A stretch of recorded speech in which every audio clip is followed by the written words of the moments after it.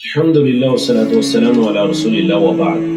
انسان جو نیکیاں کرتا ہے تو ظاہر بات ہے پوری دنیا یا پھر اکثر لوگ اس کی نیکیوں کو دیکھ رہے ہوتے ہیں، لیکن سلف صالحین سے جو اعمال مروی ہیں ان میں ایک بڑی ضروری چیز کہ کوئی نیکی اپنی زندگی میں یا کچھ نیکیاں اپنی زندگی میں ایسی رکھیے جو صرف اور صرف آپ کے اور اللہ کے درمیان ہے۔ یہ نیکیاں آپ کو دو طرح کا فائدہ دیں گی، ایک تو آخرت کے دن کے لیے ذخیرہ ہے کیونکہ ان کے اندر اخلاص زیادہ ہوتا ہے، اور دوسرا دنیا کے اندر بھی اگر کوئی مصیبت کوئی مشکل آپ پر آتی ہے تو آپ اللہ کے سامنے ان نیکیوں کو رکھیے۔